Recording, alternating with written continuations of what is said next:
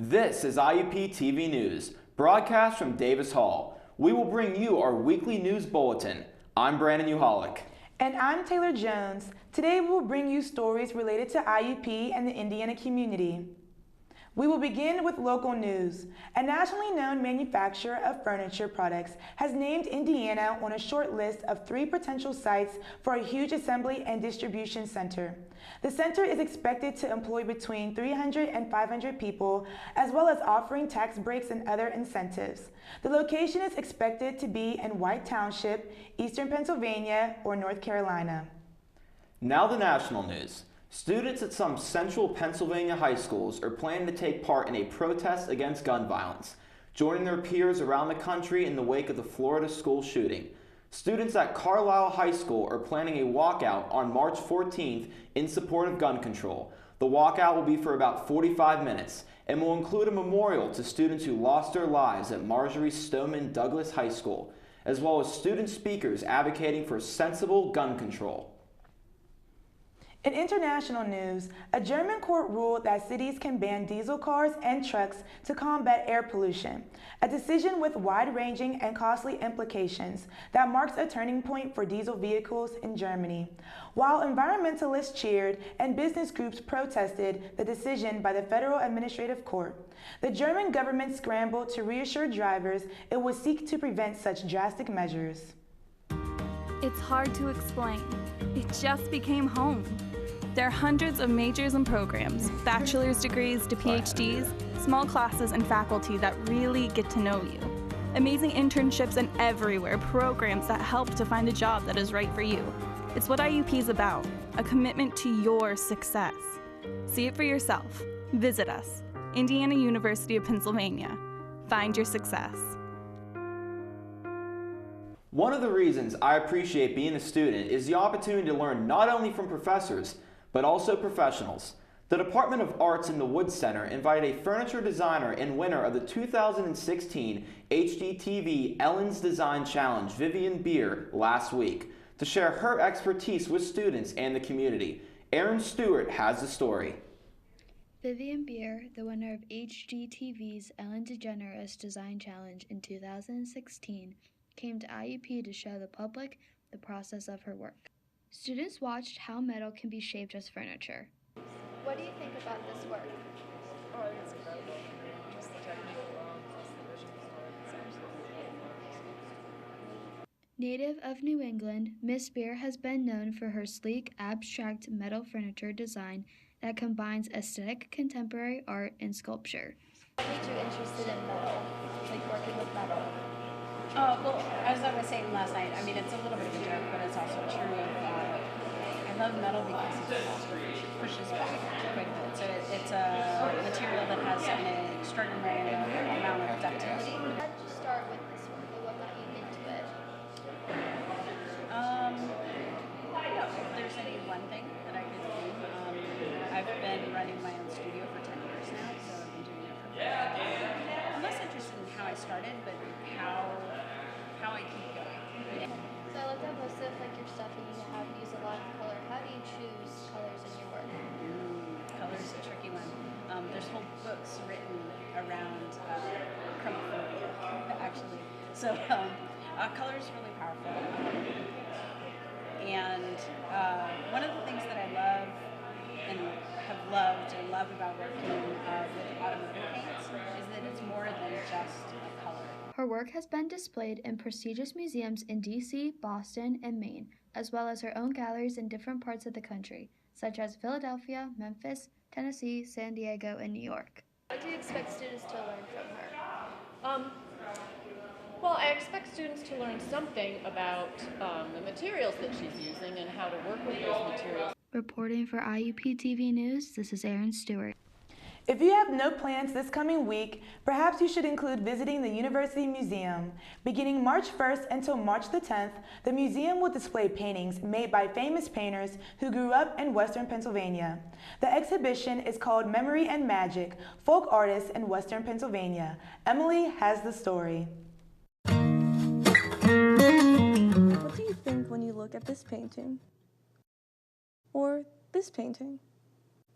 This style of art is known as folk art and it is being shown at the University Museum here and at IUP in an exhibit called Memory and Magic, Folk Artists in Western Pennsylvania, showing sculptures and paintings from various artists, such as Earl Deemer, Eunice McCloskey, and even some unknown artists.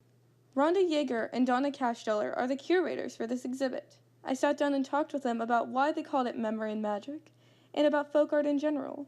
According to them, they've been wanting to do an exhibit on folk art for many years. Memory and Magic, the reason we picked that as a title is that folk art kind of deals with those two issues. Memory, you see a lot of the paintings, Richard Cooper's paintings and Eunice McCloskey's paintings kind of record everyday life in Western Pennsylvania at the time they were painting. And in a way, it's also kind of a nostalgic look at life in Western Pennsylvania. It wasn't always as pretty as it appears in those paintings. So that's the memory part. And the magic part is covered by someone like Mary Hamilton, because folk art also deals with myth and culture and spirituality, and magic just kind of encompasses all those issues, we thought. And folk artists in Western Pennsylvania, that's what we're dealing with here. Exactly. Some of the art has a lot of story behind it. This painting by Linton Park is one of his 13 remaining, after the creamery in which his studio was in burnt down back in 1904. Park is also known as being an inventor and had a very interesting life, according to Yeager. He worked in the timber industry, we know, for a little while, but we don't know exactly what he did. But of course, this is a memory. This is a memory back from 1885 when they're doing actually flax scutching a bee. But you can see this is a memory of all these people that get together, gather around, have, you know, a big, probably, I don't know, kind of a party, and they're working at the same time, they're partying at the same time, they're eating, they're talking, they're probably doing everything. You can see these people, some of them are all getting crazy, maybe they're dancing a little bit, but you know, it's showing you like what the area looked like in 1885. Other art was given specifically to the museum by the artists themselves, like the work from Eunice McCloskey, who gave the art back in the 1970s. She also had a lot of connections with the school. So she's a very, very well-known folk artist and author, and her daughter actually attended IUP. Right. So she has been connected to the IUP community for you know, a very long time. Mm-hmm. And so we're very happy to have her work in that connection. One of the artists was even at the museum the day I was there. Richard Cooper was here to discuss his work and talk to those who came by to visit. Folk art means to me that I have no training. Hopefully I have some ability and some vision and some ideas and some technique, and I just paint, you know, without any training. I just paint from my spirit. That's what folk art means to me. While much of his work at the museum is from the 70s and 80s, Cooper is still painting and has many plans for his future. Okay, I have some commissions that I'm working on, and I'm going to still continue to do that. I'm working on a series of pen and ink drawings. I'm doing that, and I'm also making art out of found objects, like my sculptures. So I was always looking for stuff to put together in the sculptures. The exhibit has garnered a lot of attention from both students and from the community. The exhibit will be open until March 10th. For more information on the museum, hours, and future exhibits, go to iup.edu/museum. From IUPTv News, this is Emily Lose. February is Black History Month. To celebrate, IUP held many activities and invited people with different backgrounds to participate. One of them is Ken Wadiki, a peace activist, an inspirational speaker, and the founder of the Free Hugs Project. Troy Richardson has his story.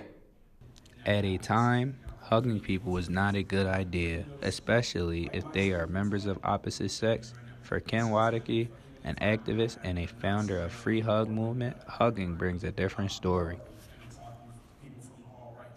I think with all of the hate groups on the rise, it's easier for people to just hate or avoid people that they don't understand or people that look differently than them.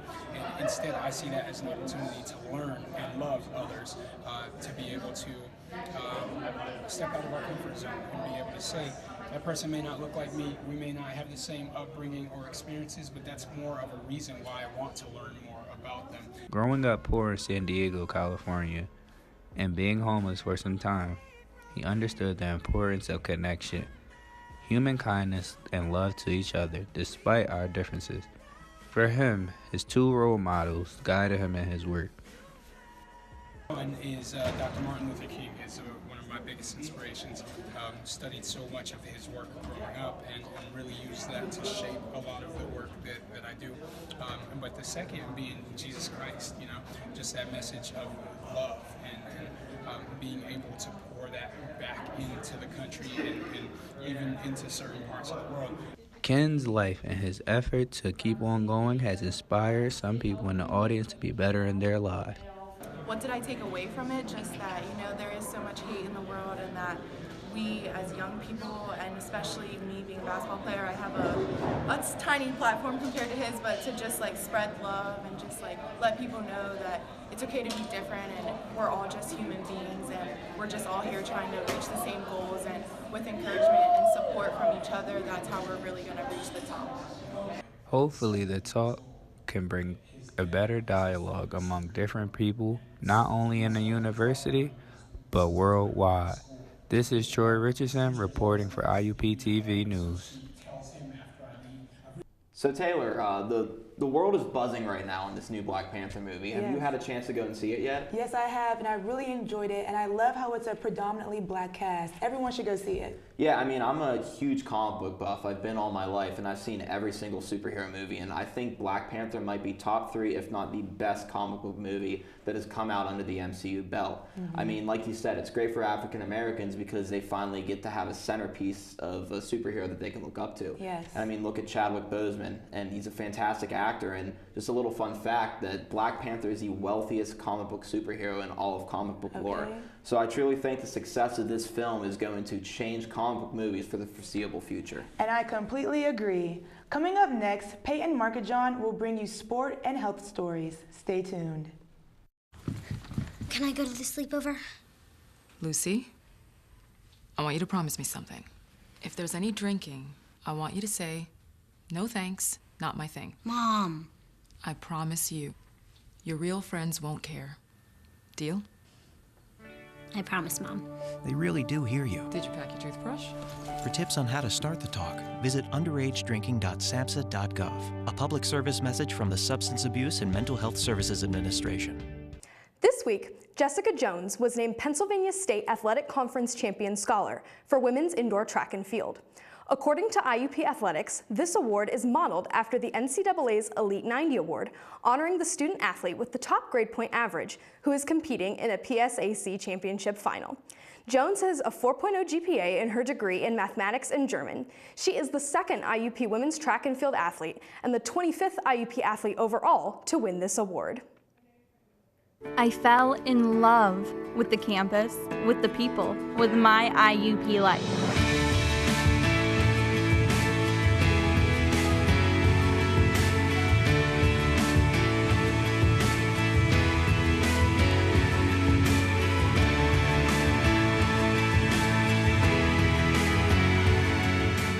See it for yourself. Visit us. Indiana University of Pennsylvania. Find your success. Good news, flu season is on its way out, or at least flu-related doctor's visits are. According to the CDC, only 1 out of 16 doctor's visits have been for flu-related symptoms. The number of states that reported high patient traffic has gone down from 43 to 39 states. These statistics are leading some doctors to believe that the peak of the flu season may be behind us. However, this doesn't necessarily mean you're in the clear. CDC flu expert Dr. Daniel Jernigan says that the flu is likely to stick around until April. He advises people to still get a flu shot if you're worried and haven't already done so. Receiving a Jefferson Award for public service was an honor I will always cherish. I've known since I was very young that I wanted to help make a difference, but I didn't create an organization to win an award. I did it because as a teacher, I believe all kids deserve a good start and a shot at high achievement. I'm April King, a graduate of Indiana University of Pennsylvania. Get my story at iup.edu. No, March 2nd is Read Across America Day. It's like a reminder that we should read regularly. By the way, do you like to read? Taylor, I love to read. I mean, during the summer, I try and knock out as many books as I can, but during the school year, it's really tough with all the textbooks that they provide. I really can't find myself the time to pick up a book during the semester that isn't a school book. But how about you? Have you read any fun books of late? Actually, I don't remember, but I might not be the only one. Our reporter, Jackie Gillis, went around IUP and asked the people about their reading habits. Welcome back to Hawk on the Block. Today I was asking students what the last book they read was and why, in honor of Read Across America Day, March 2nd.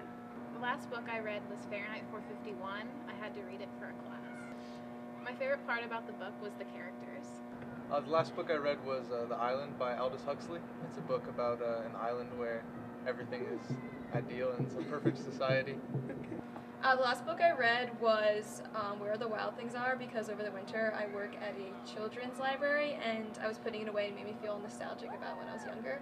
It was Jeanette Wall's Glass Castle. I saw it was just made into a movie, and I read it in high school, and I was like, you know, I really like that book, so kind of wanted to read it again.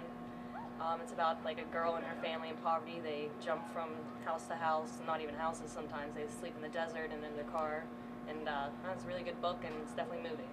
So. The last book I read was Grit for my comm class. It's really cool. It's about how gritty you are and how hard you work. Well, I'm reading a book right now. It's called The Rooster Bar by John Grisham, and I'm only about a third of the way through it, and it's a really good book. I like John Grisham. He's one of my favorite novelists. He always writes stories about, usually that involve lawyers, and this story is about law school and some students that are in law school, and they're kind of upset because they're finding out that they owe an enormous amount of money to the federal government, and that money that bill is going to come due at the end of their senior year, and they're doing all kinds of stuff. And I don't want to give anything away. Plus, I'm only a third of the way through it, so I'm not gonna. There's not much I can say, but it is a really good book. It's one of those books when you first start reading it, you can't put it down. So. Reporting for IUPTv News, I'm Jackie Gillis. Spring break will come before we know it. Next week, we will report on stories related to people's plans for spring break, as well as various activities around IUP to help us get ready and healthy for spring. Please stay tuned. We'll see you next week.